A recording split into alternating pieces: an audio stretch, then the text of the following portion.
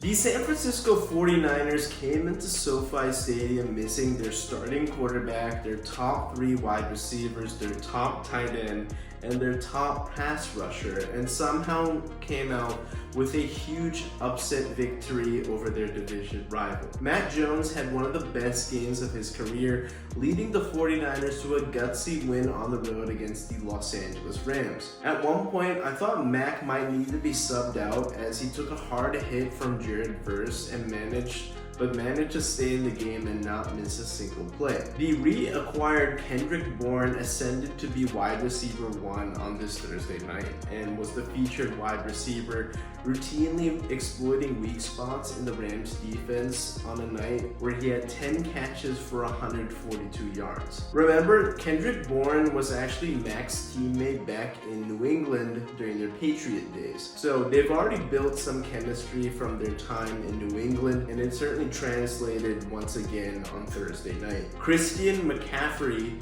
has been relatively bottled up in the run game all season, and in fact has more than 100 more receiving yards than rushing yards so far in 2025. Partially the reason for his lack of success in the run game is the San Francisco 49ers offensive line not playing quite up to standards, as they failed to create running lanes for McCaffrey all year long and allowed Mac to take a beating, allowing 10 quarterback hits, half of them coming from Jared Verse alone. The good news for San Francisco is that their reinforcements will be coming back shortly. I expect Ricky Pearsall and Juwan Jennings to return next week, and Brock Purdy will return at some point in the season. Brandon Ayuk will definitely be back again later in the season, and expect George Kittle to come off of IR after week 7. But let's dive a little bit deeper into what potentially could be a quarterback controversy. After Brock Purdy signed this massive extension in the offseason, expectations rose after a considerable down season where the 49ers were ravaged with injuries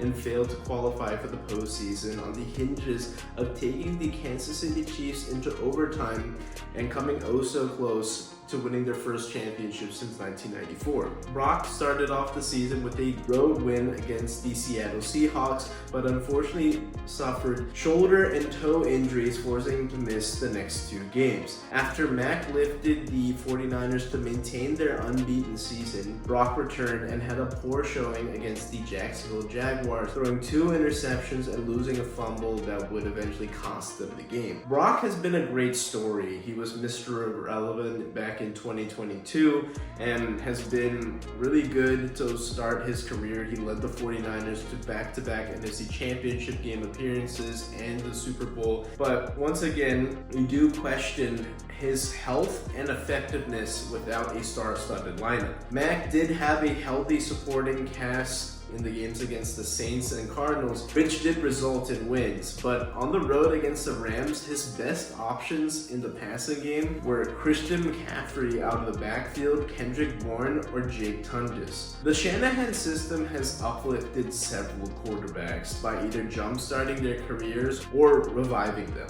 We've seen this with Jimmy G, Brock Purdy, and to a small effect, Sam Darnold, and now Mac Jones. Something that we forget, that Mac Jones was a candidate to be drafted by the 49ers back in 2021 when San Francisco traded up to be 3rd overall pick and ended up selecting Trey Lance with that selection. I do want to remind you that Mac's drop-off in New England especially wasn't all his fault. Remember, Bill Belichick, for as great as he is as a head coach, had a really poor few years, especially after Tom Brady left for Tampa Bay. In those few seasons, he failed to establish a quarterback, and especially with the offensive coordinator once Josh McDaniels left to coach the Vegas Raiders. He gave offensive play call duties between Matt Patricia, who was a defensive coordinator throughout much of his career, and Joe Judge, who has been a wide receiver coach and special teams coordinator during his NFL coaching tenure. And these all led to Mac's regression in his sophomore season. Having Matt Patricia and Joe Judge was a complete injustice and hijacking of Mac's career career and his development. It just goes to show how a given player just needs the right system and good coaching to reach their potential. And with the latest news with Brock Purdy missing yet another game this season, which will be his 4th so far in 2025, the rumblings of a potential quarterback controversy are only going to continue to get louder, especially if Mac Jones continues to play well. Flipping it to the Rams side, the second time in 3 weeks, the Rams' mistakes costed them the win. In this Thursday night matchup against the San Francisco 49ers, who are very much undermanned, the 49ers had their way for 2.5 quarters. Once again, special teams came back to haunt the Rams as Joshua Hardy's extra point was blocked, preventing the Rams from taking their first ever lead in the game. I do appreciate Matthew Stafford doing everything he can to keep the Rams in the game and had the Rams in position to take the lead late, but disaster struck when Kyren Williams coughed up the ball at the 1-yard line, which was a brilliant punch out by rookie Alfred Collins. And this prevented the Rams from taking the lead with just seconds left in this game. Since 2023, Kyren Williams has led the league in fumbles lost by a running back, and with his latest fumble, it definitely costed the Rams a win. Kyren does do a lot of good things. He did have 2 receiving touchdowns and finished the night with 131 scrimmage yards. But there are times where I wonder, can he deliver for the Rams when it really matters?